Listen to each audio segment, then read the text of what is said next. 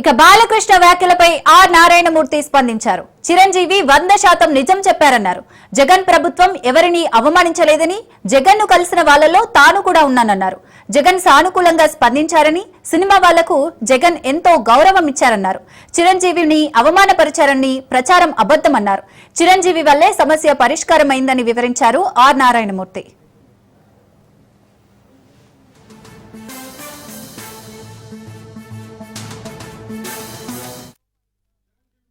చాలా మంది వెళ్ళాం, అది అందరికీ తెలుసు. కాబట్టి ఆనాడు ఏమైతే అక్కడ సీఎం గారితో మాట్లాడుకున్నామో, ఏం చర్చలు జరిగాయో అవన్నీ కూడా మీకు media is the most powerful media, right? మీడియాను చూడండి, మీరు ఏం జరిగిందో, దట్ ఈస్ సత్యం, అది చూడండి. సో బాలకృష్ణ గారు తెలిసి ఉండొచ్చు, తెలియకపోవచ్చు అని చెప్పారు. సో నేను బాలకృష్ణ గారి గురించి మాట్లాడదలుచుకోవాలా. కానీ చాలా మంది మాత్రం అప్పుడు వైఎస్ జగన్మోహన్ రెడ్డి గారి ప్రభుత్వం చిరంజీవి గారిని సినిమా కళాకారుని అవమానించింది అనే అప్పుడు ఏమైతుందో nobody have the right to assassinate other characters. Such an important, truth is important. ఆ ట్రూత్ అప్పుడు ఏ కెమెరా అయితే షూట్ చేసావు అది చూడండి, అది తెలుసుకోండి, జనాన్ని చెప్పండి. మమ్మల్ని ఎవరు అమ్మనిచ్చా, తన గౌరవించారు. మేమందరూ వెళ్ళాం, సమస్యను చెప్పాం.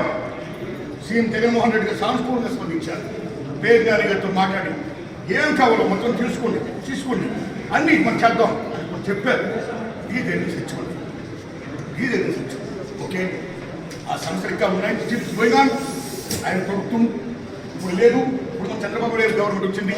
ఇప్పుడు ఈ గవర్నమెంట్లో ఆనాడు ఎక్కడ ప్రియాంబుల్, గత గవర్నమెంట్లో ఏ ప్రియాంబుల్ ఉందో, ఏ ప్రజలకు ఏ సమస్యలు ఉన్నాయో, ఏ ఇండస్ట్రీకి, cinema industry, anybody anything else, వాళ్ళకి ఏ సమస్యలు ఉన్నాయో ఎక్కడ ప్రియాంబుల్ గత ప్రభుత్వంలో ప్రజలు వినిపించుకున్న విన్నపాలు ఏమైతే ఉన్నాయో ఆ విన్నపాలని ఇప్పుడు, ఆ సమస్యలు ఇప్పుడున్న ప్రభుత్వం చంద్రబాబు నాయుడు హయాంలో నెరవేర్చాలని, దానికి సినిమాటోగ్రఫీ మంత్రి గారు దుర్గేష్ గారు సహకరించాలని, మనం తెలుగు ఇండస్ట్రీ నుంచి వెళ్ళి ఇవాళ డిప్యూటీ సీఎంగా ఉన్న పవన్ కళ్యాణ్ గారు చొరవ తీసుకోవాలని నేను విజ్ఞప్తి చేస్తూ మా సమస్యల్ని, మన పరిశ్రమ సమస్యల్ని క్లియర్ చేయాల్సిందిగా మనస్ఫూర్తిగా వారు